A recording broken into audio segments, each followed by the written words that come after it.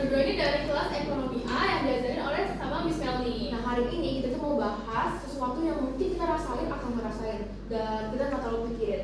Jadi di sini siapa yang pernah beli Happy Meal? Yes. Nah, kamu tahu nggak Happy Meal sekarang harganya berapa? Nah, fun fact, di tahun 2010 harga Happy Meal ini cuma 15.000 loh. Beda banget kan sama tahun 2025. Tahun 2005 harganya 50.000. Nah, di 15 tahun itu harganya naiknya tinggi banget ya, dari 15.000 jadi 50.000. Gimana guys? Kalian kaget gak dengar berita ini? Kaget kan ya? Nah dulu padahal pakai 50.000 bisa beli 3 Happy Meal ya, sekarang cuma bisa beli 1. Nah, kira-kira ada yang tahu nggak kenapa bisa terjadi kasus ini? Kenapa? Nah, Iya, inflasi. Jadi inflasi itu apa sih Kak? Nah, inflasi itu harga yang naik terus-terusan naik, jadi menyebabkan uangnya ini jadi kecil gitu. Nah, jadi menurut kalian Indonesia itu ada tingkat inflasi berapa? Nah, jadi tingkat inflasi itu dibagi menjadi 4. Yang pertama ringan, 0 sampai 10% per tahun.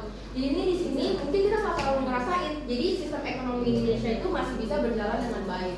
Lalu ada sedang 10 sampai 30% per tahun. Jadi sini tuh inflasinya udah mulai naik dan gajinya juga tetap aja tapi biaya hidup lebih naik. Tapi di sini masih wajar-wajar aja lah. Jadi sistem ekonomi Indonesia masih bisa berjalan dengan baik. Lalu setelah itu ada berat 30 sampai 100% per tahun. Di sini udah naik, udah wajar, gaji tetap, biaya hidup naik. Jadi ya sistem ekonomi Indonesia ya udah mulai gak stabil.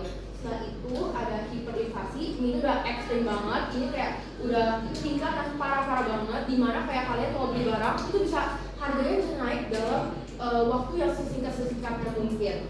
Nah, jadi di Indonesia itu ternyata pernah terjadi kasus inflasi loh pada tahun 2022 di bulan September, dimana pemerintah itu menetapkan bahwa harga BBM subsidi ini harus naik nih.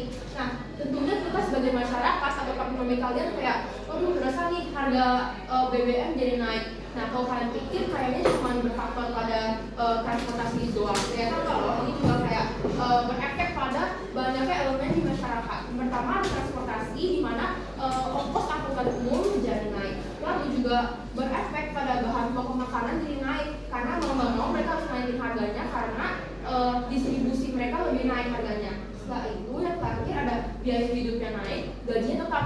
Jadi bayangin nih, kalian gajinya tetap, tapi biaya hidup kalian, makanan, minuman, pakaian itu jadi naik. Jadi gimana mau memenuhi kebutuhan sehari-hari? Nah, dengan terjadinya inflasi di Indonesia, ada nggak sih kebijakan-kebijakan yang dilakukan oleh pemerintah maupun yang dilakukan oleh para bank? Nah, tentunya ada dong, ada 2. Nah, pertama kebijakan moneter, yaitu kebijakan yang dilakukan oleh bank-bank di Indonesia. Mereka ini mengurangi jumlah uang yang beredar di masyarakat ini. Kenapa sih dilakukan itu? Supaya harga uang ini nggak terlalu banyak beredar, sehingga uangnya tetap ada nilainya gitu. Kalian tahu negara Zimbabwe nggak? Nah, di negara Zimbabwe ini uangnya ini beredarnya tuh bebas banyak gitu, jadi tuh udah nggak ada nilainya. Kalian beli 1 telur aja harganya bisa berapa miliar, bisa berapa juta gitu, sangat banyak ya. Terus yang kedua ada kebijakan fiskal, yaitu kebijakan yang dilakukan oleh pemerintah, yaitu pemerintah menaikkan harga pajak. Kenapa harga pajak dinaikin? Supaya kita sebagai masyarakat ini nggak sembarangan gitu membeli barang, foya-foya. Jadi kita masih terkontrol nih mau beli apa, karena ada harga pajak. Jadi kalau misalnya kita beli suatu baju, itu kita nggak cuma bayar buat satu baju, tapi kita juga bayar harga pajaknya. Jadi lebih mahal dong. Jadi kita nih belanja lebih terkontrol karena ada harga pajak yang harus kita bayar juga.